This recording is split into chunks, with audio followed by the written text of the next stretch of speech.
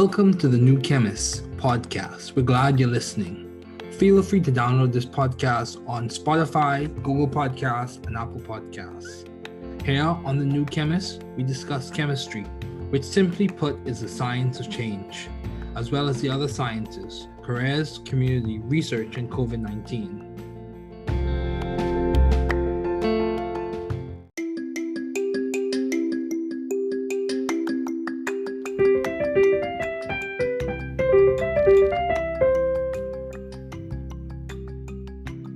Welcome to the New Chemist podcast. We're glad you're listening. Feel free to download this podcast on Google Podcasts, Apple Podcasts, and Spotify. Here on the New Chemist, we discuss chemistry, which simply put is the science of change, as well as the other sciences, careers, community, research, and COVID-19. We're happy you're tuning in. My guest today is Dr. Emery Brown. Thanks for joining me today. It is so good to hear from you. Just briefly, I'll inform my audience about you. Dr. Emery Brown is the Edward Hood Professor of Medical Engineering and Computational Neuroscience at Massachusetts Institute of Technology, the Warren M. Zappel Professor of Anesthesia at Harvard Medical School, and a practicing anesthesiologist at Massachusetts General Hospital. Dr. Brown received his BA magna cum laude in Applied Mathematics from Harvard College, his MA and his PhD in Statistics from Harvard University, and his MD magna cum laude from Harvard Medical School. Dr. Brown is an anesthesiologist statistician whose experimental research has made important contributions towards understanding the neuroscience of how anesthetics act in the brain to create the state of general anesthesia. In his statistics research, he has developed signal processing algorithms to solve important data analysis challenges in neuroscience. His research has been featured on National Public Radio, in Scientific American, Technology Review, the New York Times, and TED-Mid 2014. He serves as the director of the Harvard-MIT Health Sciences and Technology Program, the associate director of the Institute for Medical Engineering and Science at MIT, an investigator at the Picora Center for Learning and Memory, Department of Brain and Cognitive Sciences at MIT. He's a fellow of the Institute of Mathematical Statistics, a fellow of the National Academy of Inventors, a member of the National Academy of Engineering, a member of the National Academy of Sciences, and a member of the National Academy of Medicine. In 2007, he was given the NIH Director's Pioneer Award. He's also a member of the Association of University Anesthesiologists. These are just a few of his accomplishments. A very distinguished scientist. Please welcome Dr. Emery. Thanks, Dr. Brown, for joining me today. It's so good to have a distinguished scientist such as you on this podcast. So, Dr. Brown, what have been your long-standing interests in the field of science? Can you just discuss some of those? Well, I think they varied over time. I think that probably my strongest interest in science began in college when I got interested in statistics. So being a statistician, developing statistical methods and algorithms that people could really use to analyze data became an early interest of mine. And that's something which I pursued, throughout my career. First working on studying outcomes from surgery as an undergraduate, then later studying circadian rhythms during my PhD work. Okay. After that, looking at developing algorithms in general for neuroscience data analysis, for looking at neural spike trains, for looking at EEG, LF, local field potentials, and these sorts of things. Okay. And then from there, my interest developed into trying to understand anesthesia. So I'd say those are probably the principal focus areas, so statistics, and then statistics applied to neuroscience, and then anesthesiology, the mechanism of general anesthesia. So I think by any standard of measurement, or most standards of measurement, most people would say you have been a successful academician. You have achieved your PhD from Harvard, your MD from Harvard, MA from Harvard, BA from Harvard. You've won numerous prizes. You're part of many societies: the National Academy of Inventors, National Academy of Science, the National Academy of Engineering, National Academy of Medicine. So how do you maintain view of the bigger picture in your career and in your life in general? How are you doing that? And so when you say the bigger picture, you're referring to academically and also personally? How do you maintain a view of the bigger picture in terms of like the overarching goals that you have set, your mission statement, your vision for your life? Well, I think that one of the things that I've tried to do is try to work on an important question. Okay. And what you find out with important questions is you can't solve them in 5 minutes. So that necessarily creates like a long trajectory. So for example, the problem of thinking on how does anesthesia work, and that's something which has been a question for now coming near 175 years. And so picking part of that and going after it, you know, it's something which is going to be, it's a challenging question. And if you're able to solve it, it's going to have broad implications, not only for taking care of patients, but also for neuroscience in general and science in general. So that's the sort of things I've tried to work on, like picking important questions. So as another illustration, in thinking about circadian rhythms are everywhere. They control our daily function. So the more we're able to accurately quantify how their properties, again, it has broad implications. So I guess the 2-sentence summary would be picking important questions and pursuing those important questions. Okay, yeah, that's good. That's good. So in what specific ways for the layman have you been adaptive and creative in the field of science? What specific ways? I know you work with anesthesia, I know you've been a statistician. What specific ways have you added your flair to those fields? Well, I think that if we start with like the circadian rhythms, I think right there was the main thing that I did was in looking at the data that were being recorded at those times, like looking at core temperature rhythms to track the circadian system in patients or in study subjects. I worked to give an accurate description of those oscillations. Okay. So trying to make the model capture the structure and the data as accurately as possible, and using what we call harmonic regression techniques to do that. But then not just stopping there, but developing a full inference framework. So you could measure the aspects of the rhythm, say the period, the amplitude, and then from there be able to make statements of uncertainty about, how confident we were about the characterizations that we came up with. Wow. So that allows you to have an inference framework. And then going on to some of the other work, like looking at neuroscience data, the same idea in principle, but there's a key concept there that I was able to take advantage of and use, and I've continued to use throughout my career, and that is neuroscience data, because you're recording from the brain and the central nervous system, is dynamic. It changes over time.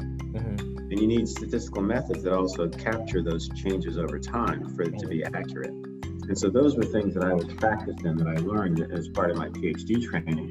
So whereas most of the methods that were being used are static, and so then it becomes like a kludge to really use them. So by starting from a framework where I already had methods that were dynamic, that capture phenomena that change over time, I was able to develop more accurate descriptions of those sorts of data as well. So in other words, really understanding the properties of the data, that really what the essential elements of the problem are. I think that's something which I tried to focus on, and that's yielded me some measure of success to date. Yeah, I would say so too. It did. So, how have you sort of found the right environment for you to thrive scientifically and intellectually? I think a lot of people aim or aspire to be at institutions such as Harvard and other institutions as well. So how did you know that was the right environment for you to thrive in scientifically and intellectually? Well, I can't say that I knew it. I mean, I think I was just like any other student starting off at, like Harvard, really in many respects impressed by what the institution had to offer. But then once I was there, then saying, well, I really have to take advantage of this. And I remember specifically that when I was a junior and I was thinking about what I wanted to do for my research for senior thesis, Ken Wachter, who was a professor in the statistics department at the time, said, well, since you're thinking about going to medical school, you should probably write a thesis, an undergraduate thesis on a medical topic. And he suggested I go and talk with Professor Fred Mosteller about that particular issue, and work developing a research project with him, because he was a statistician who was working on studying outcomes from surgery, and that this would be a good idea for me to join a project like that. So that's what I did. So I guess the key thing was realizing that what sort of opportunities were there at Harvard, and then taking advantage of them, because you could certainly be there and not take advantage of opportunities that were there. That's true. I think one of the real things that, and I think it was the case at the time, I think it still continues to be the case, the opportunity to write a senior thesis with, a leading scholar in an area is something which, was amazingly beneficial for me for long term. They got to watch up close and personal how, one of the top statisticians in the world did research. I got to see, how he thought, how he interacted with, other scientists, other physicians, with physicians, and it was very helpful for me to think about the sort of scientist, and in my case also a physician, that I wanted to be, and the way I'd like to be able to do research. And being very specific, one thing about Professor Mosteller was that he could work with anybody. He could work with the best statisticians, the top physicians, graduate students, postdocs, but he could also work with undergraduates like me. And so having, just basically seeing that, and I can honestly say that's something I've tried to emulate. Oh, wow. That's good. That's definitely good.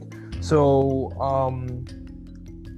you speak about your desire to attend medical school in your junior year. So how did you delineate or decide between MD, PhD, or MD? Because I think that's a challenge that a lot of people encounter. How did you differentiate whether you want to choose MD, PhD, or MD?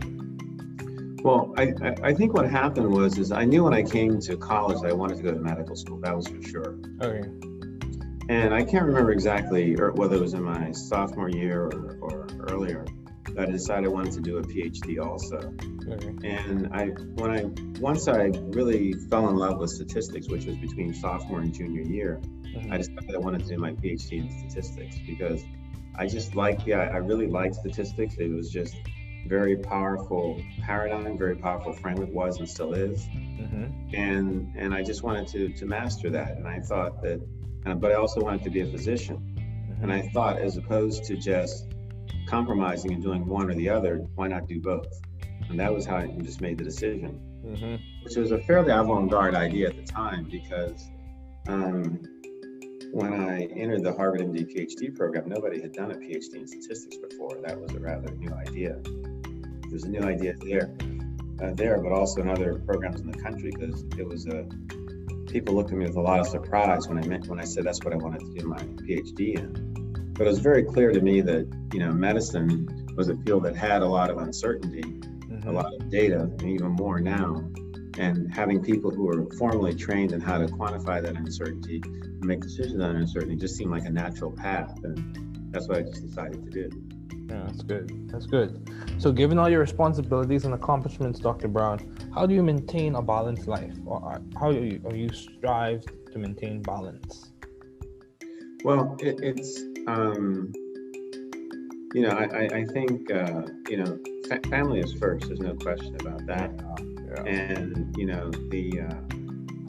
the accomplishments are basically, fun, and they have no luster, if your family isn't well taken care of and your family isn't happy. So, we spend a lot of time, on, downtime on the weekends, vacationing, during the summer, spring, when the kids were younger, sort of making sure we took, vacations during the 4 seasons. And, my wife, like me, likes to travel. So and very often if I have trips to various places to give lectures, we turn them into sort of family outings also. Okay. So by doing that, it's made it possible to, pursue activities that are relevant to my career, but also to make sure that, I'm not losing sight of my family. Yeah, that's good. Priorities, having priorities. I've heard that in several interviews that having priorities that they do complement to maintaining balance. So what would you attribute to your success as a pioneer in the field, Dr. Brown? What would you attribute, what characteristic, what was it your upbringing as a child? Was it your time at Harvard, or was it your belief system, your perspective on life? What would you say has complements your success as a pioneer in the field? Will it be mentorship? I think that my parents and my family deserve tremendous credit for, sort of setting me on the right track. And so, for example, both of my parents were teachers. They felt that education was very important. Okay. Anytime I wanted to do something or pursue something, they were always behind me. And then, my brothers were always very, very good in school also.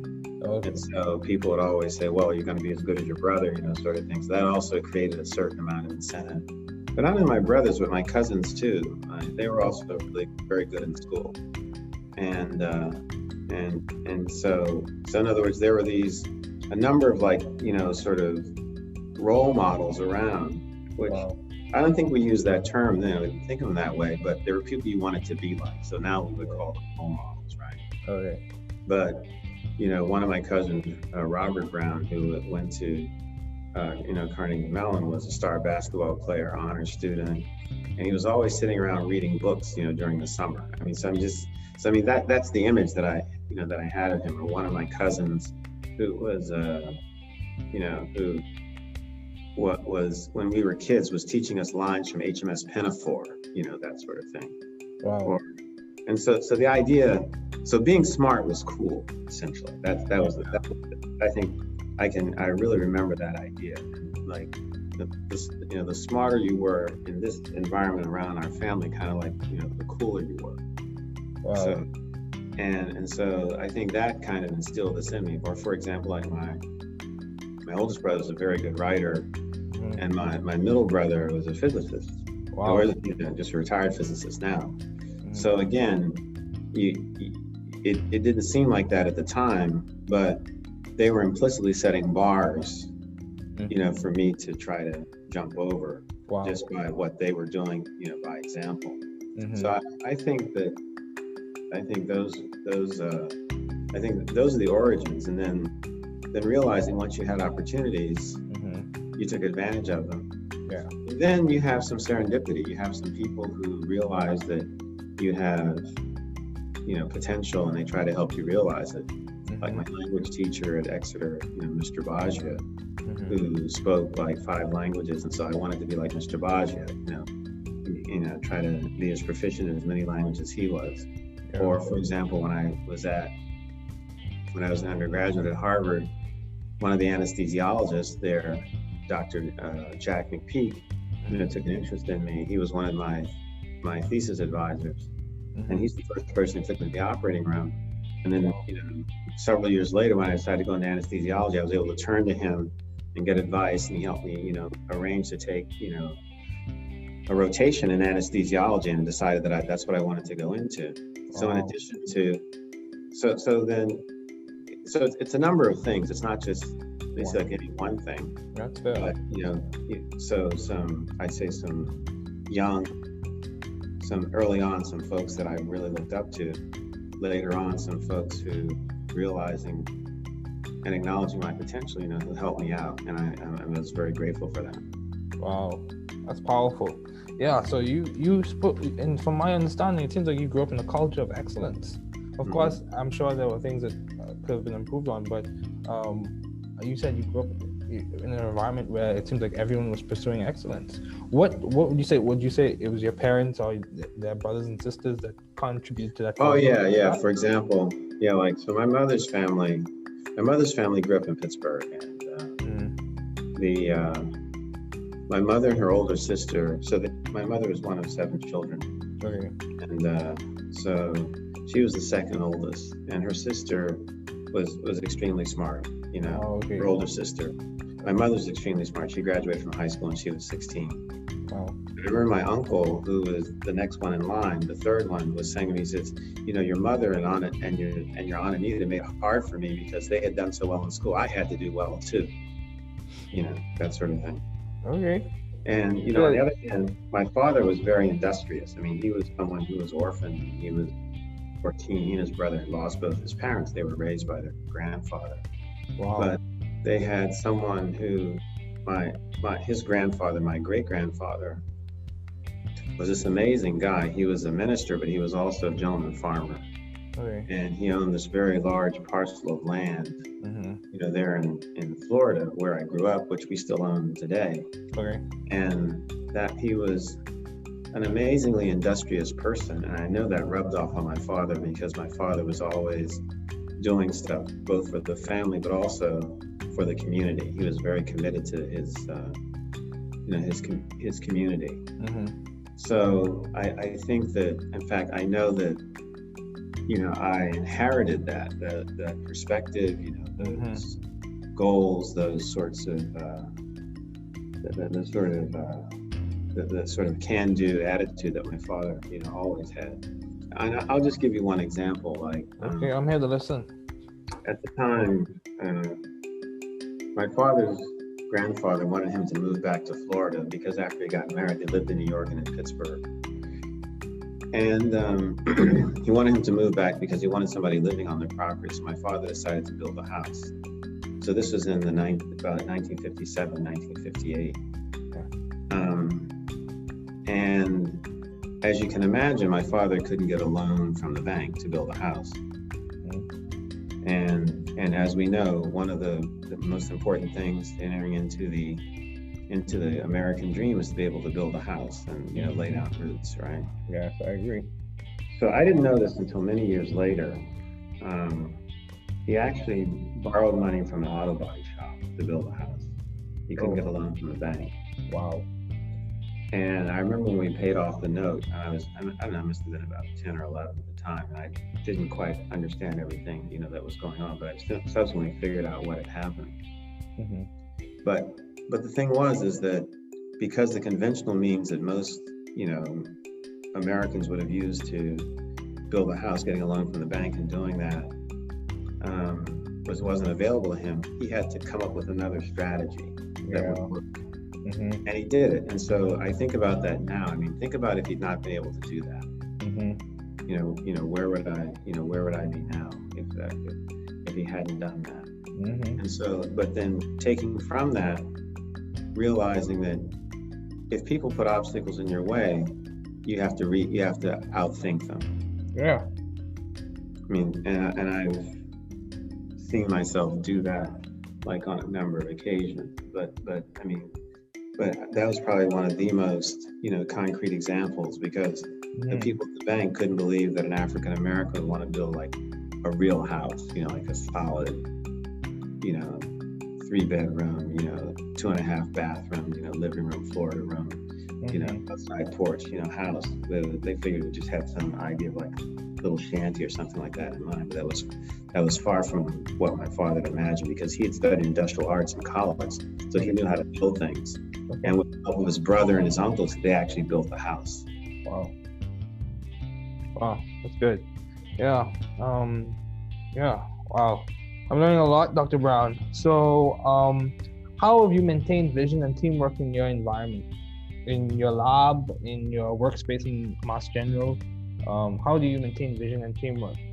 How do you make sure that everyone's collaborating and seeing the big picture and trying to answer those important questions that you mentioned?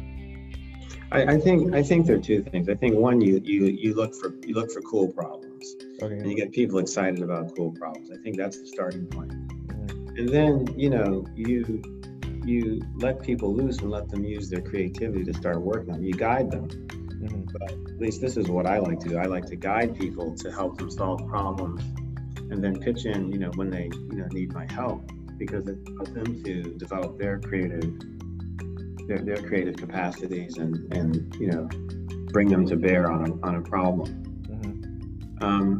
I think that's probably the most important thing, and also making it fun. I mean, I feel like in many regards now I'm more a cheerleader than anything else. I'm not so much the person like doing the work. I'm just there, rah, keeping them going and offering suggestions and making sure people aren't getting stuck. Mm-hmm. And I think that's probably the main thing that I do. And I can honestly say it's fun. It's fun working with, it's watching people who are, many years my junior master concepts that I didn't master until I was like maybe 20 years older than they were. Like, wow, they know this stuff already. You can only imagine what they can do, what they'll be able to do, going on into the future. Mm-hmm. And so just sitting there marveling at that and trying to facilitate that is a real pleasure. And I try to keep that going on a day-to-day basis. Okay, wow. So as we start to wrap up, you mentioned how being smart was cool. I can be wrong with this. However, I'm not sure if that's the prevailing message in many instances or in many circles. So what would you say could complement a change in that dynamic, where it's not just the athletic environments that have a lot of attraction to them for young people, but academic environments as well? How can we make that a more prevailing message, that intellectual curiosity and intellectual development is worth the time and effort? Yeah, I mean, I think we really have to. I mean, I'm clearly biased because I'm an academic. I'm in science, and I feel strongly that people should know about academics and science and those sorts of things. But I think that I'm indebted to you for taking time to talk to somebody like me to allow me to tell my story. Because it's it's more exciting to hear about Jason Tatum having scored 50 points and won the game for the Celtics than about what I'm doing. So and that's just the realities of it. That's true. But, however, being able to, like, for example, I have three after my father, I have like three additional heroes in mathematics. One is Benjamin Banneker, the black mathematician who laid out DC. He's the first person to really characterize the cycles of the circadia, the insects which come out every 17 years. So he was really, and he did this over something like 4 or 5 cycles. So he started when he was 17. Okay. And so he was probably the country's first data scientist when you think about it.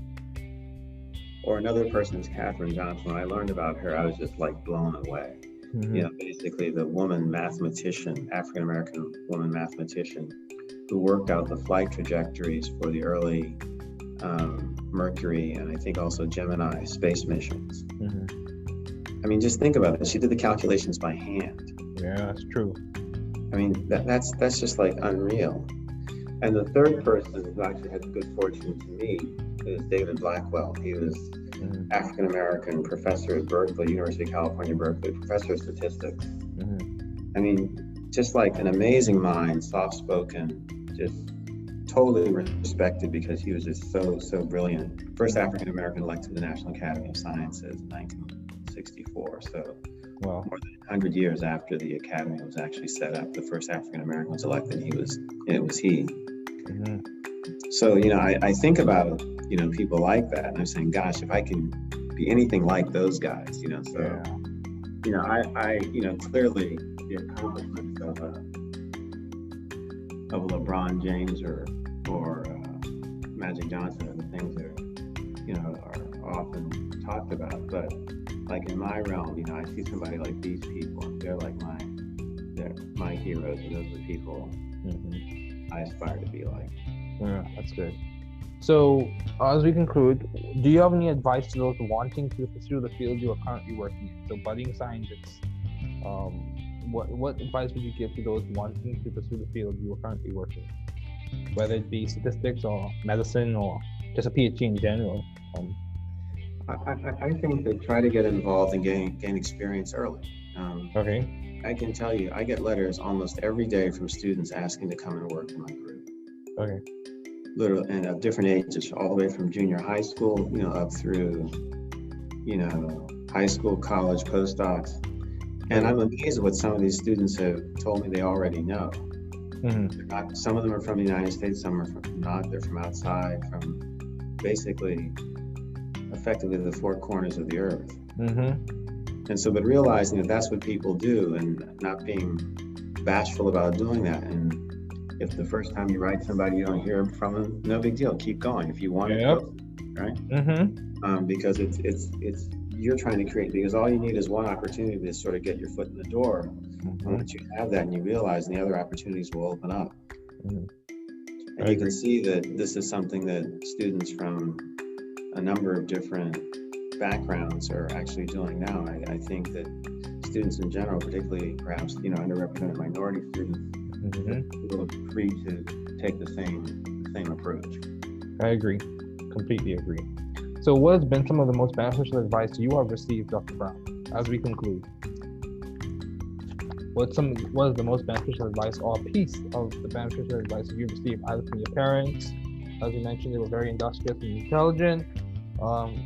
Even from your colleagues or professors. What has been some of the most beneficial advice you've ever received? Whatever works.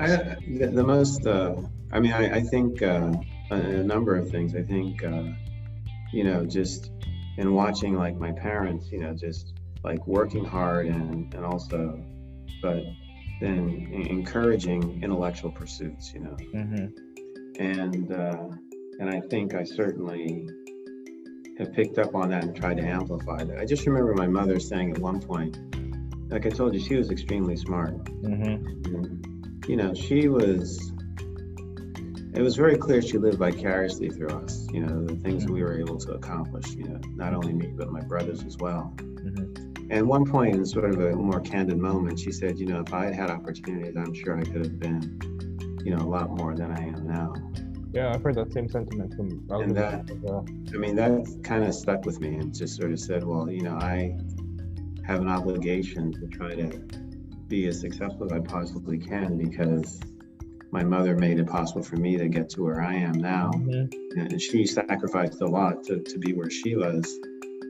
And I should basically do the same thing. Mm-hmm. And then a complimentary idea. I just remember my uncle saying once that, it never hurts to be nice. Mm-hmm. And so if you can help somebody, why not? I know, right? Just that simple, not deep, but just, yeah. And it can take on many forms. It can just be meeting someone on the street to helping someone with their career. So mm-hmm. I think somewhere in there is some of the best advice I've received. There are probably other things, but they don't come to mind right now. That's fair. Well, Dr. Brown, thank you so much for joining me today. It was good to have you on. Oh, thank you very much for having me, Dave. I really appreciate it. Chemistry field highlights. Femtochemistry. So surveying the literature and looking at the work of Yoshitaka Tanamura, Koichi Yamashita, and Philip A. Anfinrod, we embark on a new discussion, femtochemistry. In short, a key feature of chemistry is the analysis or breaking or the formation of bonds, which some consider to be theoretical constructs in some instances. A key feature of the elementary steps of bond making and breaking are molecular vibrations, which occur approximately at the 10 femtosecond scale. So with this view in mind, ultra-fast processes is a phrase that can definitely describe chemical reactions and has been umbrellaed or covered or falls under the term femtochemistry. Chemistry conceptual developments. So today we're going to be introducing or talking about regiochemistry principles. So key things you want to keep in mind are you want to understand the fundamentals of regiochemistry, understand Markovnikov's rule and the anti-Markovnikov's rule, and we want to try and understand Zaitsev's and Hoffman's rule. So regiochemistry principles and other ideas. Regiochemistry comes from the Latin word regionum, meaning direction. Regiochemistry describes the principles involved in the directionality or position and placement of reactants to form products. Regiochemistry is very important. We normally hear in advanced or high-level discussions of things being regioselective or regiodivergent or it's used a lot. So the reagent used can cause a specific regiochemical result or result in the opposite of what would normally occur. Markovnikov's rule. Markovnikov's rule, put simply, is he who has more gets more. Markovnikov's rule in the addition of a halide to an unsymmetrical alkene, typically in the addition of a halide to an unsymmetrical alkene, the hydrogen goes to the carbon with the greatest number of hydrogens and the halide ion goes to the other carbon. In another way, this rule states that the halide adds so as to form the more stable carbocation intermediate. Anti-Markovnikov. Anti-Markovnikov is the reverse. He who has more gets less, in which the carbon with the greatest number of hydrogens does not receive the hydrogen, but the most electrophilic portion of the molecule. For example, in hydroboration oxidation in the presence of peroxides, the borohydrate adds to the less substituted carbon of the hydrogen, and the hydrogen adds to the more substituted carbon. In short, now mechanistically, it may occur slightly, it's a little bit more involved and more detailed, but in short, that's what we're going to say occurs. However, the stability comes about because the electron density shifts from the electrophilic borohydride, resulting in it possessing a partially negative charge and the more substituted carbon possessing a partially positive charge. This is indeed stable due to the electron density donating capacity of the alkyl group, S character, and orbital overlap of the alkynyl carbon. The alkynyl group with the alkyl or electron donating substituent provides stability. Zaitsev's rule. Zaitsev's rule is a directionality principle in which the more substituted alkene is favored to the use of a small base, such as ethoxide. Zaitsev's rule is very significant and aids in predicting products and elimination reactions. Hoffman's rule. Hoffman's rule is another directionality principle in which the less substituted alkene is favored to the use of a huge or large base, such as straight butoxide. Hoffman's rule is also very significant and aids in predicting elimination reactions. Hammond-Leffler postulate. The Hammond-Leffler postulate essentially states that the product resembles the molecular arrangement of the transition state.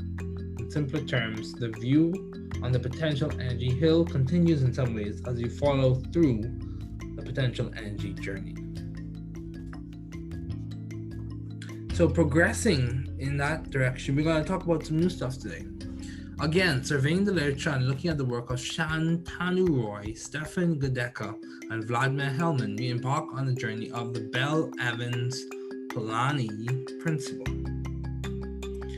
So typically, or in short, the Bell-Evans-Polanyi principle is valid for a chemical reaction that proceeds along the reaction coordinate over the transition state, and that concept is extended to molecular dynamics trajectories that in general do not cross the dividing surface between the initial and final local minima at the exact transition state. It's very important and it has a lot of implications. It's a conceptual tool in physical chemistry, and we have come to understand that this principle can be used to improve the efficiency of existing molecular dynamics based methods by tuning the energy of these molecular dynamic trajectories.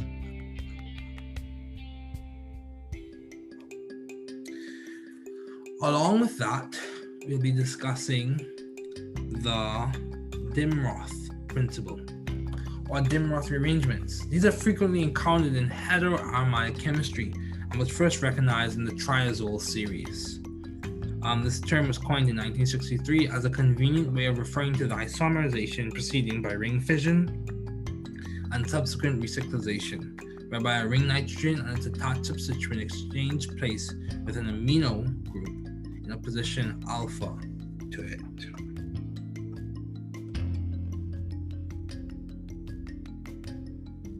Moving right along, we'll discuss a mechanistic highlight. Today we'll be talking about the Suzuki cross-coupling reaction. The Suzuki cross-coupling or the Suzuki-Miura cross-coupling is a type of palladium catalyzed cross-coupling reaction. CC bond formation using aryl halides and organoboronic acids. It is one of the most important reactions in synthetic organic and medicinal chemistry. There are two suggested pathways. The oxo-palladium pathway is a preferred mechanism, as some may say, and the boronic pathway is another description of what occurs. Of course, these occur through catalytic cycles, and this reaction was likely first described around 1979. In 2010, Akira Suzuki, jointly with Richard F. Heck and Ichi Negishi, received the Nobel Prize in Chemistry for the development of palladium catalyzed cross-coupling reactions. Wrapping up the highlight section, we will talk about Nobel highlights. So Savant Arrhenius. Savant Arrhenius was born on February 19th, 1859, near Uppsala, Sweden. He received the Nobel Prize on December 10, 1903, in recognition of his theory of electrolytic dissociation. His father, savant Gustav Arrhenius, held a position at the University of Uppsala. His uncle, Johann Arrhenius, was a botanist, writer, and a longtime secretary of the Swedish Agricultural Academy in Stockholm. Savant Arrhenius was an outstanding student in school. He learned reading and arithmetic at a very early age, and in his secondary school excelled particularly in mathematics and physics. His physics teacher was M. Flederis, author of the most popular contemporary Swedish secondary school physics textbook. His university degrees were all from the University of Uppsala. Definitely a chemist that worked hard. This ends the session of highlights for this podcast episode. Thanks for listening. We're glad you were able to tune into this podcast. Once again, this is The New Chemist, where we discuss chemistry, which simply put is the science of change, as well as the other sciences, careers, community, research, and COVID-19. Thanks again for listening. Note, the views on this podcast represent those of my guests and I.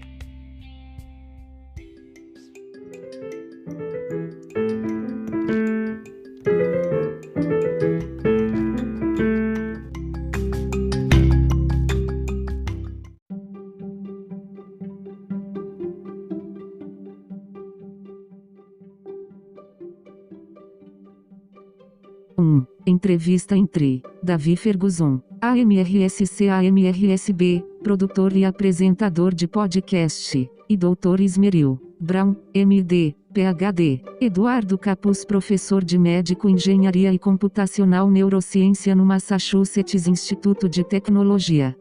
Davi Ferguson. Meu convidado de hoje é o Dr. Emery M. Brown. Obrigado por se juntar a mim hoje. É tão bom ouvir de você. Apenas brevemente, vou informar meu público sobre você. Dr. Emery Brown é o professor Edward Ode de Engenharia Médica e Neurociência Computacional no Instituto de Tecnologia de Massachusetts. Davi Ferguson. O professor Warren M. Zapol de Anestesia na Harvard Medical School e um anestesiologista praticante no Massachusetts General Hospital. O Dr. Brown recebeu seu B.A., Magnum Cum Laude, em Matemática Aplicada do Harvard College, seu MA e PhD em Estatística pela Harvard University e seu M.D. Magna Cum Laude pela Harvard Medical School. Davi Ferguson. O Dr. Brown é um anestesiologista estatístico cuja pesquisa experimental trouxe importantes contribuições para a compreensão da neurociência de como os anestésicos agem no cérebro durante o estado de anestesia geral. Em sua pesquisa estatística, ele desenvolveu algoritmos de processamento de sinal para resolver importantes desafios de análise de dados em neurociência. Davi Ferguson. Sua pesquisa foi apresentada na National Public Radio, na Scientific American Technology Review do The New York Times e TEDMED 2014. Ele atua como co-diretor do Harvard and MIT Health Sciences and Technology Program, Associate Director of o Institute for Medical Engineering and Science no MIT, e investigador do The Picower Center for Learning and Memory. Davi Ferguson. Departamento de Cérebro e Ciência Cognitiva, no MIT. Ele é membro do Instituto de Estatísticas Matemáticas, membro da Academia Nacional de Inventores, membro da Academia Nacional de Engenharia, membro da Academia Nacional de Ciências e membro da Academia Nacional de Medicina. Davi Ferguson. Em 2007, ele recebeu o prêmio Pioneiro do Diretor do MI. Ele também é membro da Associação de Anestesiologistas Universitários. Estas são apenas algumas de suas inúmeras realizações. Um cientista muito distinto. Por favor, dê as boas-vindas ao Dr. Emery Brown. Davi Ferguson. Obrigado, Dr. Brown, por se juntar a mim, hoje. É tão bom ter um cientista distinto, como você, neste podcast. Então, Dr. Brown, qual tem sido seu interesse de longa data no campo da ciência? Você pode apenas discutir alguns deles? Doutora Emery Brown. Bem, acho que eles variaram ao longo do tempo. Acho que provavelmente meu maior interesse pela ciência começou na faculdade, quando me interessei por estatística. Então, sendo um estatístico, desenvolver métodos e algoritmos estatísticos que as pessoas pudessem realmente usar para analisar dados tornou-se um dos meus primeiros interesses. Doutora Emery Brown. E isso é algo que eu persegui ao longo da minha carreira, primeiro trabalhando no estudo dos resultados da cirurgia como estudante de graduação, depois estudando os ritmos circadianos durante o meu doutorado. Funciona bem. Depois disso, olhando para o desenvolvimento de ideias em geral para análise de dados de neurociência ou olhando para trens de picos neurais, estamos olhando para EEG, nossos potenciais de campo locais e esse tipo de coisa. Doutora Emery Brown. A partir daí, meu interesse se desenvolveu em tentar entender a anestesia. Então eu diria que esses são provavelmente as principais áreas de foco, essas estatísticas e depois estatísticas aplicadas à neurociência e depois à anestesiologia, mecanismos da anestesia geral. David Ferguson. Portanto, acho que por qualquer padrão de medição, ou pela maioria dos padrões de medição, a maioria das pessoas dirá que você foi um acadêmico de sucesso, obteve seu PhD de Harvard, seu MD de Harvard, MA de Harvard, BA de Harvard. Você ganhou inúmeros prêmios. David Ferguson. Você faz parte de muitas sociedades, a Academia Nacional de Inventores, a Academia Nacional de Ciências, a Academia Nacional de Engenharia, a Academia Nacional de Medicina. Então, como você mantém uma visão geral de sua carreira e de sua vida em geral? David Ferguson. Como você está fazendo isso? Doutora Emery Brown. E então, quando você diz o quadro geral ao qual está se referindo? David Ferguson. Academicamente e também pessoalmente, como você mantém a visão do quadro maior em termos das metas abrangentes que você definiu, sua declaração de missão e sua visão para sua vida? Doutora Emery Brown. Bem, acho que uma das coisas que tentei fazer foi tentar trabalhar em uma questão importante. Ok. E o que você descobre com questões importantes é que não pode resolvê-las em 5 minutos. Então isso necessariamente cria uma longa trajetória. Doutora Emery Brown. Então, por exemplo, o problema de pensar como funciona a anestesia? Isso é algo que tem sido uma questão para agora, neste próximo ano 175 anos.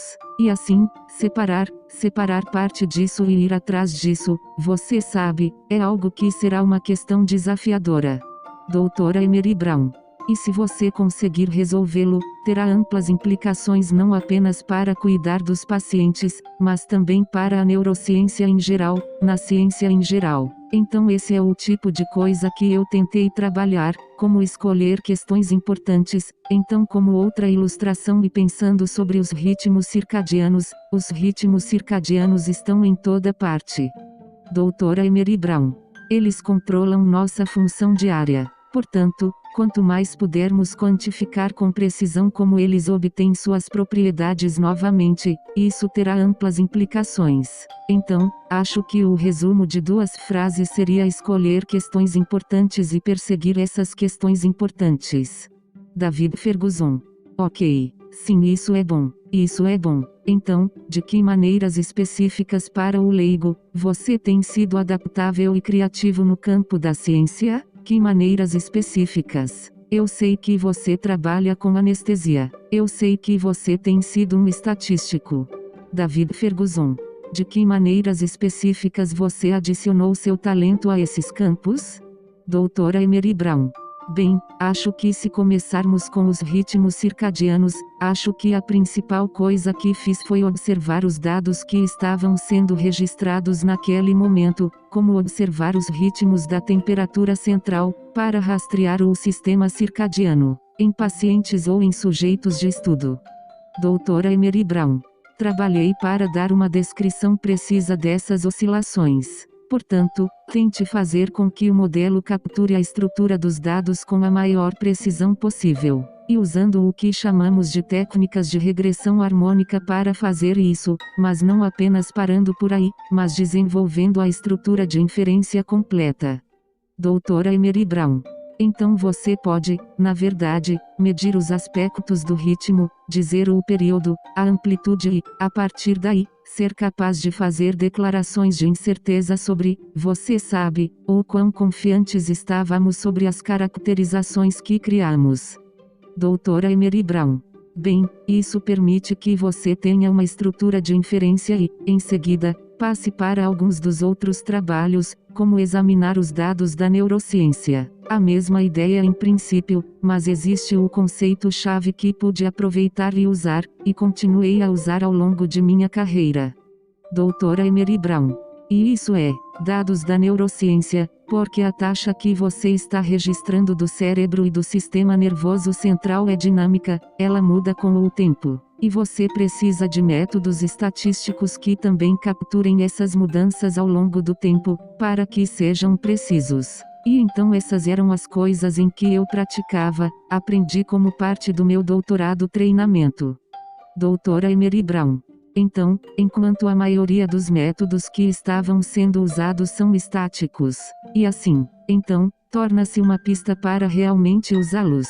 Então partindo de um frame, onde já tínhamos métodos que eram dinâmicos. Doutora Emery Brown. Esse fenômeno de captura mudou com o tempo, e também pude desenvolver descrições mais precisas desses tipos de dados. Em outras palavras, entender realmente as propriedades dos dados e realmente quais são os elementos essenciais do problema. Doutora Emery Brown. Acho que essas são algumas das coisas em que tentei me concentrar e isso me rendeu, sabe, alguma medida de sucesso hoje. David Ferguson. Sim, eu diria isso também. Sim. Então, como você encontrou o ambiente certo para prosperar científica e intelectualmente? Acho que muitas pessoas almejam ou aspiram ser uma instituição como Harvard e outras instituições também. David Ferguson. Então, como você descobriu como sabia que era o ambiente certo para você prosperar científica e intelectualmente? Doutora Emery Brown.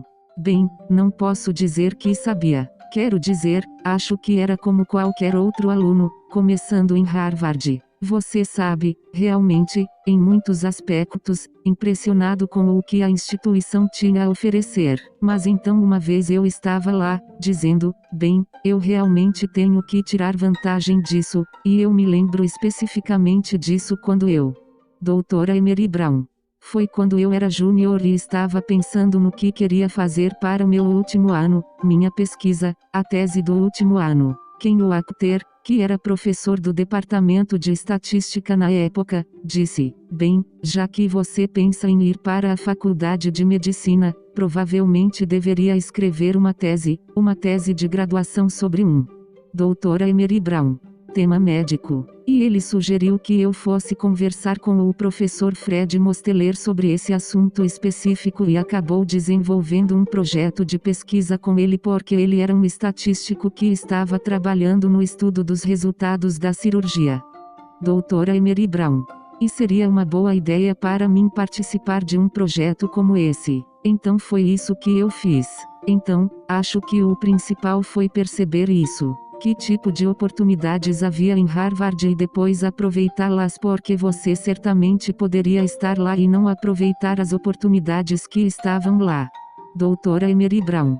Isso é verdade. Acho que uma das coisas reais que acho que era o caso na época, acho que ainda continua sendo. A oportunidade de escrever uma tese sênior com uma área acadêmica líder é algo que foi incrível e benéfico para mim a longo prazo. Doutora Emery Brown. Eu tive que observar de perto como, você sabe, um dos maiores estatísticos do mundo fazia pesquisas. Pude ver como ele pensava, como interagia com outros cientistas e com os médicos. E foi muito útil para mim pensar no tipo de cientista, no meu caso, também um médico e. Doutora Emery Brown. Eu queria ser e do jeito que eu gostaria de poder fazer pesquisas e ser bem específico. Uma coisa sobre o professor Mosteller era que ele podia trabalhar com qualquer pessoa, você podia trabalhar com o melhor estatístico, os melhores médicos, alunos de pós-graduação, pós-doutorandos. Mas também podia trabalhar com alunos de graduação como eu. Doutora Emery Brown. E tendo isso, basicamente vendo isso, e posso dizer honestamente que eles estão tentando imitar David Ferguson. Bem, isso é bom, certamente bom. Então, você fala sobre seu desejo de frequentar a faculdade de medicina em seu primeiro ano. Então, como você delineou ou decidiu entre MD, PhD ou MD? Bem, acho que esse é um desafio que muitas pessoas encontram. David Ferguson. Como você diferenciou entre MD, PhD ou MD? Doutora Emery Brown. Bem, acho que o que aconteceu foi que, quando vim para a faculdade, eu sabia que queria ir para a faculdade de medicina. Isso era certo. E não me lembro exatamente se foi no meu segundo ano ou antes, mas decidi que queria fazer um doutorado também. Doutora Emery Brown.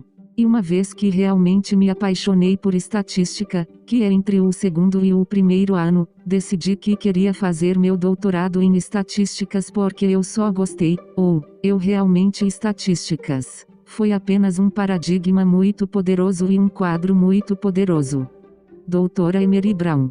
Foi e ainda é. E eu só queria dominar isso e pensei nisso. Mas também queria ser médica. E pensei, em vez de apenas comprometer e fazer um ou outro, por que não fazer os dois?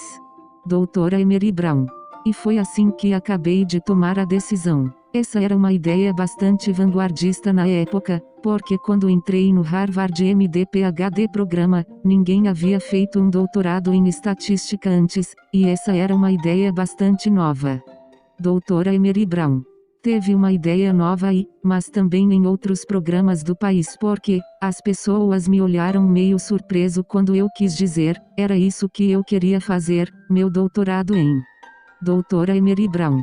Mas ficou muito claro para mim que a medicina era um campo com muita incerteza, muitos dados e ainda mais agora. E ter pessoas formalmente treinadas e como quantificar essa incerteza, tomar decisões sobre a incerteza, parece um caminho natural. Doutora Emery Brown. E é por isso que eu decidi fazer. David Ferguson. Sim, isso é bom. Isso é bom. Portanto, considerando todas as suas responsabilidades e realizações, Dr. Brown, como você mantém uma vida equilibrada ou como você se esforça para manter o equilíbrio? Doutora Emery Brown.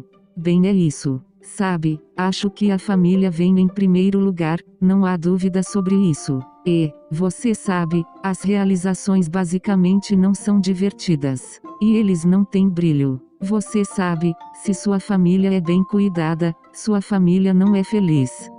Doutora Emery Brown.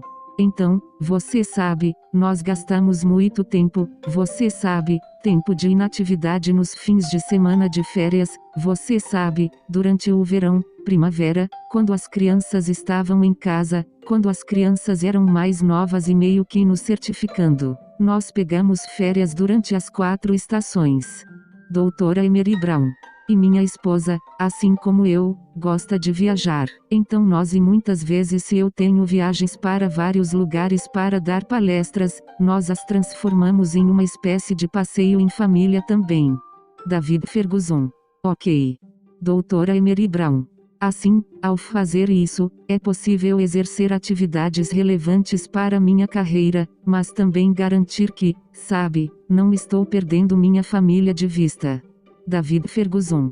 Sim, é uma grande prioridade. Então, tendo prioridades, eles complementam, para manter o equilíbrio. Então, a que você atribuiria seu sucesso como pioneiro no campo, Dr. Brown? O que você atribuiria? Que característica?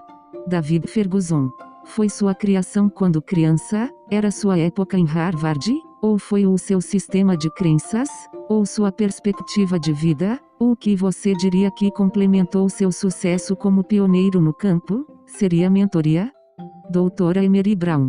Acho que meus pais e minha família merecem um tremendo crédito por me colocar no caminho certo. E assim, por exemplo, em ambos os meus pais eram professores, eles sentiam que a educação era muito importante. Doutora Emery Brown. Sempre que eu queria fazer algo ou perseguir algo, eles sempre estavam atrás de mim. E então, meus irmãos, Sempre fomos muito, muito bons na escola também, então as pessoas sempre diziam, bem, você vai ser tão bom quanto seu irmão, e esse tipo de coisa também criou um certo incentivo. Doutora Emery Brown. Mas não só meus irmãos, mas com meus primos também. Eles também eram muito bons na escola e, portanto, em outras palavras, havia vários tipos de modelos em torno dos quais acho que não usávamos esse termo na época, mas podemos pensar dessa maneira. Doutora Emery Brown. Mas tem gente que queria ser assim, então agora os modelos de chamada, certo? Ok. Mas um dos meus primos, Robert Brown, que estudou na Carnegie Mellon, era um astro do basquete, aluno de honra, e estava sempre sentado lendo livros durante o verão. Doutora Emery Brown. Quer dizer, quero dizer, essa é a imagem que eu tinha dele. Você sabe que eu tinha um dos meus primos que era, você sabe, quem? O que era quando éramos crianças estava nos ensinando linhas do HMS Pinafore, esse tipo de coisa. Doutora Emery Brown. E então a ideia de ser inteligente era legal. Essencialmente, é isso. Acho que consigo me lembrar dessa ideia assim. Você sabe, quanto mais inteligente você era neste ambiente e em torno de nossa família, tipo, você sabe, mais legal você era. Doutora Emery Brown. E então eu acho que meio que instilou o meu, por exemplo, como o meu irmão mais velho é um escritor muito bom, e meu irmão do meio era físico ou apenas um físico aposentado agora. Então, novamente, não parecia na época, mas eles estavam implicitamente estabelecendo barreiras para eu tentar pular apenas por. Doutora Emery Brown. O que eles estavam fazendo, por exemplo. Então eu acho que essas são as origens e então percebendo que uma vez que você teve oportunidades, você as aproveitou. Sim, então você tem algum acaso. Você tem algumas pessoas que percebem que você tem potencial e tentam ajudá-lo a perceber isso, como meu professor. Doutora Emery Brown. Em Exeter, que falava 5 línguas. E então eu queria ser como, você sabe, tentar ser tão proficiente em tantos idiomas quanto ele ou, por exemplo, quando eu era um estudante de graduação em Harvard, um dos anestesiologistas de lá, Dr. Jack McPeak, se interessou por mim. Doutora Emery Brown. Ele foi um dos meus orientadores de tese, e ele é a primeira pessoa que me levou para a sala de cirurgia. E então, vários anos depois, quando comecei a ir à anestesiologia, pude recorrer a ele e obter conselhos, e ele me ajudou a providenciar. Doutora Emery Brown.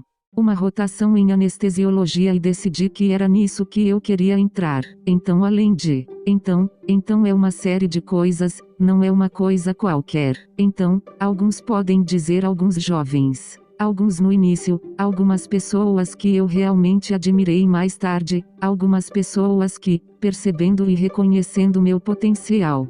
Doutora Emery Brown. Me ajude, e fiquei muito grato por isso. David Ferguson.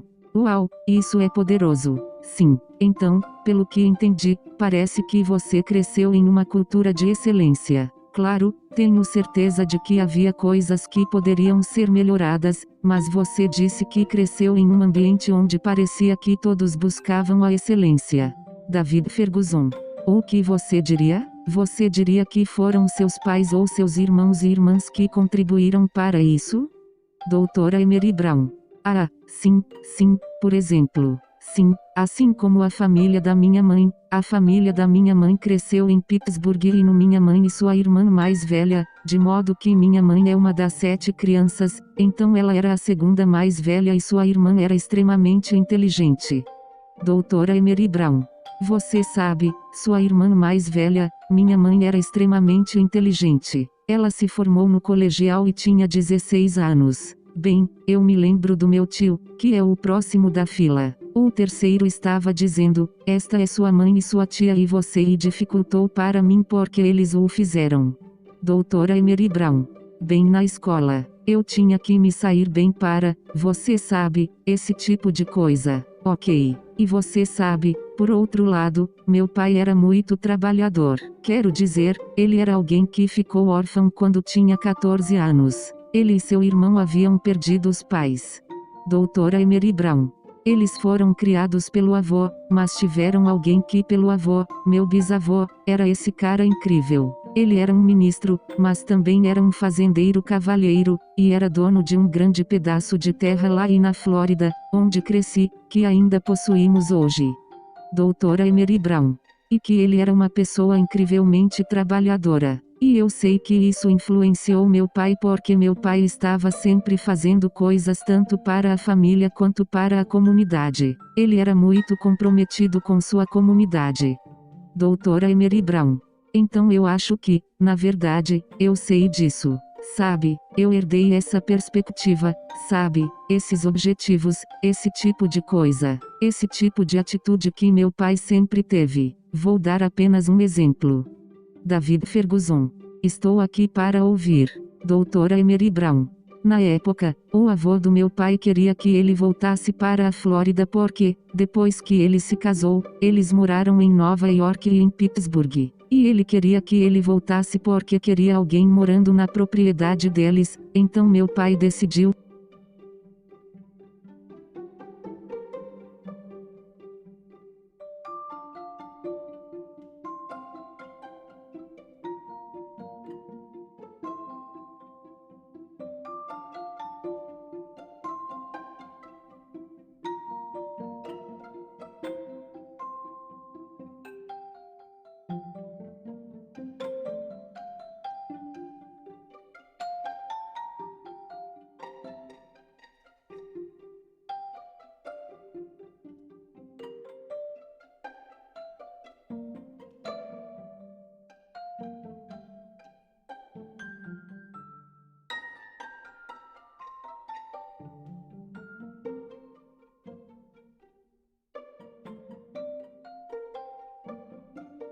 Doutora Emery Brown.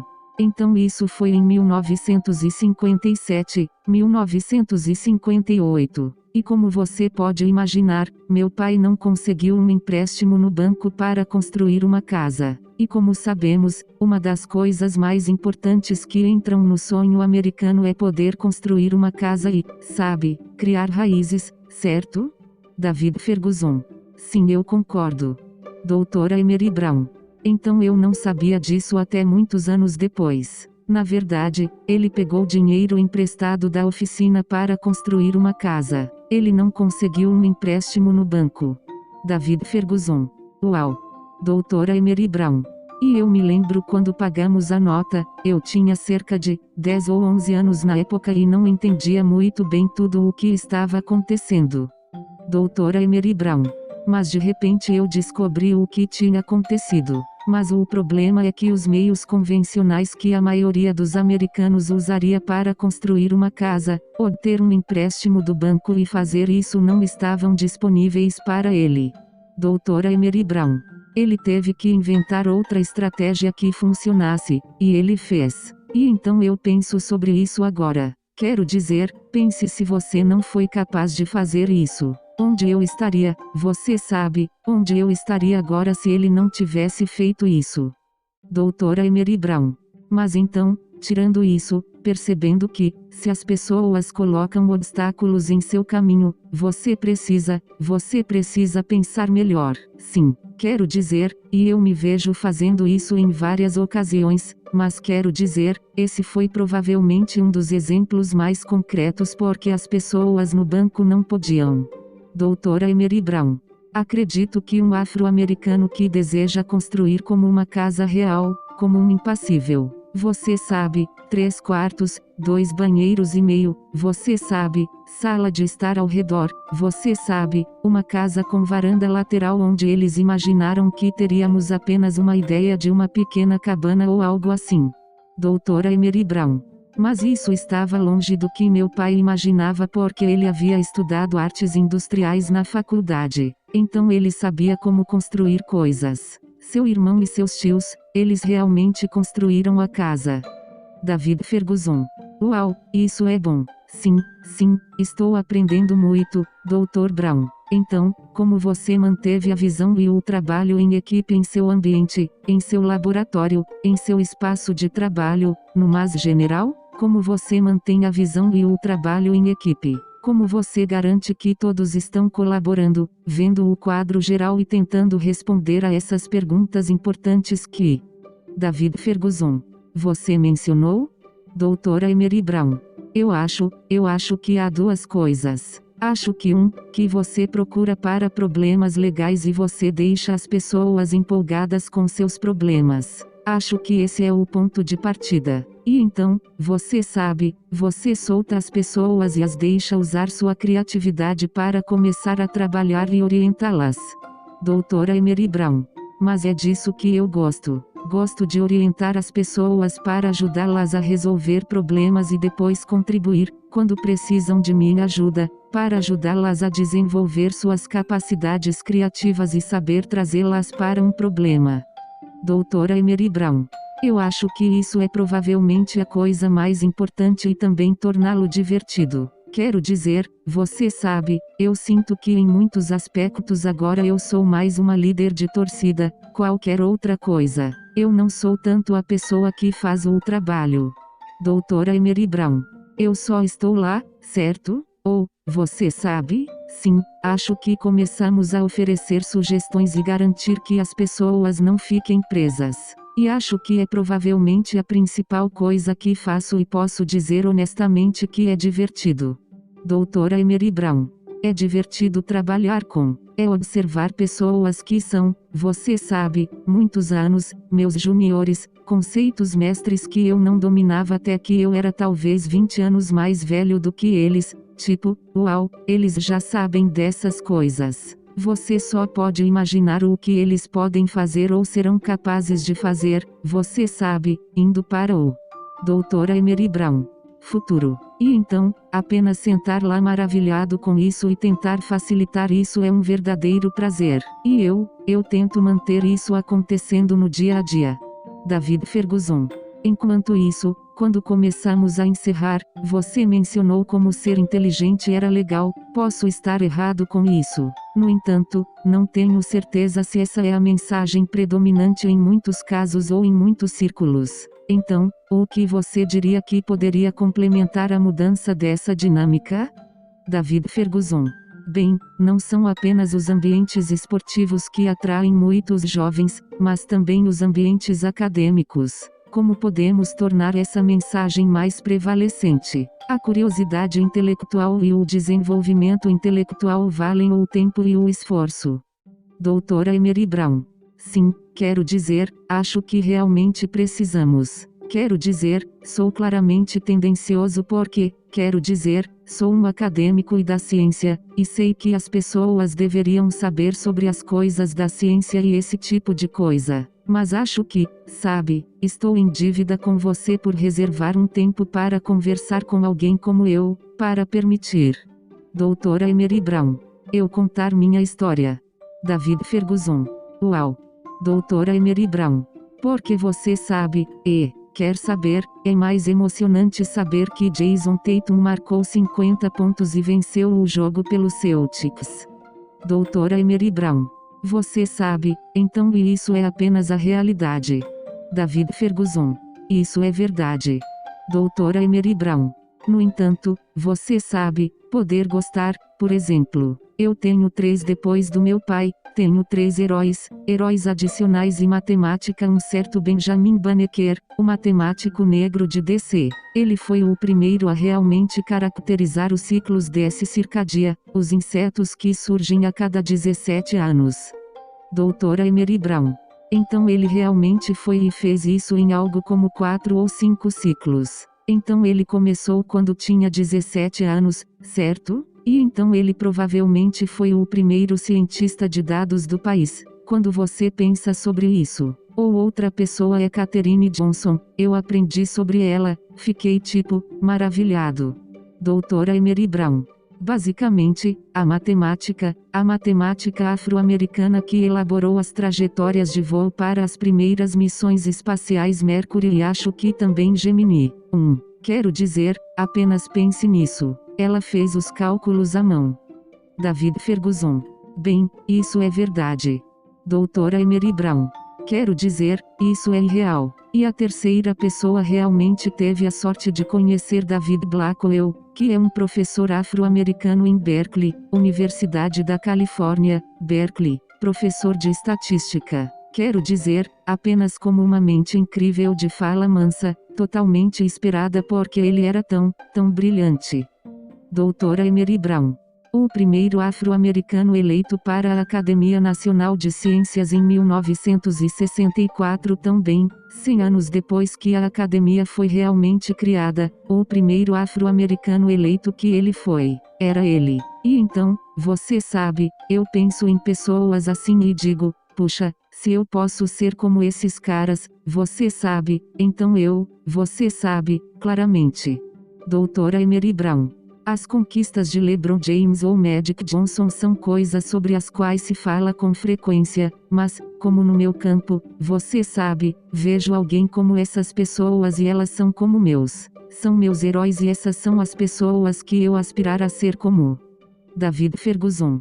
Uau, isso é bom. Então, como concluímos? Você tem algum conselho para aqueles que desejam seguir a área em que está trabalhando atualmente? Então, cientistas iniciantes? Que conselho você daria para aqueles que desejam seguir a área em que está trabalhando atualmente, seja estatística, medicina ou apenas um doutorado em geral? Doutora Emery Brown. Eu acho que eles tentam se envolver e ganhar e experimentar cedo. Eu posso te dizer, eu recebo cartas quase todos os dias de alunos pedindo para vir trabalhar no meu grupo literalmente e tem idades diferentes desde o ensino fundamental, você sabe, até, você sabe, pós-doutorado no ensino médio. Doutora Emery Brown. E estou surpreso com alguns desses alunos que me disseram que já sabem que alguns deles são dos Estados Unidos. Alguns não são. Eles vêm de fora, basicamente dos 4 cantos da terra. E assim, mas percebendo que é isso que as pessoas fazem e não sendo tímido em fazer isso, e se a primeira vez que você, doutora Emery Brown, escreva algo que você não ouça agora porque negócio, continue se quiser. David Ferguson. Certo. Doutora Emery Brown. Porque você está tentando criar porque tudo que você precisa é uma oportunidade para colocar o pé na porta. Uma vez que você tenha isso e perceba que outras oportunidades se abrirão, você pode ver que isso é algo que alunos de várias origens diferentes estão realmente fazendo agora. Doutora Emery Brown. E acho que os alunos em geral, particularmente talvez os alunos de minorias subrepresentadas, são livres para adotar a mesma abordagem. David Ferguson. Concordo. Totalmente de acordo. Então, qual foi o conselho mais benéfico que você recebeu, Dr. Brown? Como concluímos? Qual foi o conselho ou conselho mais benéfico que você recebeu de seus pais? Como você mencionou, eles foram muito trabalhadores e inteligentes, mesmo de seus colegas ou professores. David Ferguson. Qual foi um dos conselhos mais benéficos? Doutora Emery Brown. Aqueles que eram os mais, quero dizer, acho que várias coisas eu penso, você sabe, apenas assistindo como meus pais, você sabe, apenas como trabalhar duro e também encorajar atividades intelectuais, sabe? E eu acho que certamente. Doutora Emery Brown. Peguei isso e tentei amplificar isso. Só me lembro de minha mãe dizendo que em determinado momento eu disse que ela era extremamente inteligente. Você sabe que ela era. Ficou muito claro que ela vive indiretamente através de nós. Sabe, as coisas que conseguimos realizar, sabe, não só eu, mas meus irmãos também. Doutora Emery Brown. E um ponto são os momentos mais sinceros, ela disse, sabe, se eu tivesse oportunidades, tenho certeza que poderia ter sido muito mais do que sou agora. David Ferguson. Sim, já ouvi esse mesmo sentimento. Doutora Emery Brown. Isso também. Quero dizer, isso meio que ficou comigo e meio que disse, bem, você sabe, tenho a obrigação de tentar ser o mais bem-sucedido possível, porque minha mãe tornou possível para mim chegar onde estou agora. E ela sacrificou muito para eu estar onde estou. Doutora Emery Brown. E eu deveria, você sabe, eu deveria basicamente fazer a mesma coisa. Em seguida, um elogio a uma ideia complementar. Só me lembro do meu tio dizendo uma vez que, você sabe, nunca é demais ser legal. David Ferguson. Sim, eu concordo. Doutora Emery Brown. E assim, se você puder ajudar alguém a conquistá-lo da maneira certa, simples assim, não profundo, justo, e você pode assumir muitas formas. Pode ser apenas conhecer alguém na rua para ajudar alguém em sua carreira. Então acho que em algum lugar, alguns dos melhores conselhos que recebi lá, provavelmente outras coisas, mas, doutora Emery Brown, eles não vêm à mente agora. David Ferguson. Isso é justo. Isso é justo. Bem, Dr. Brown, muito obrigado por se juntar a mim hoje. Foi bom ter você. Doutora Emery Brown. Muito obrigado por me receber, David. Eu realmente gostei disso. Esta entrevista foi inicialmente gravada em 2021 no TNCPG Podcast.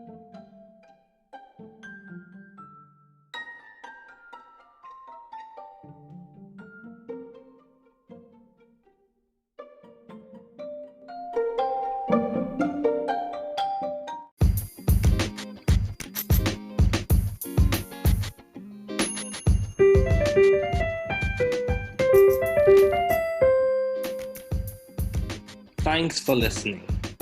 We're glad you were able to tune into this podcast.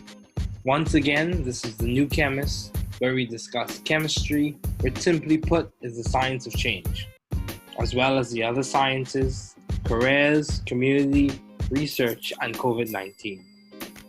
Thanks again for listening. Note, the views on this podcast represent those of my guests and I.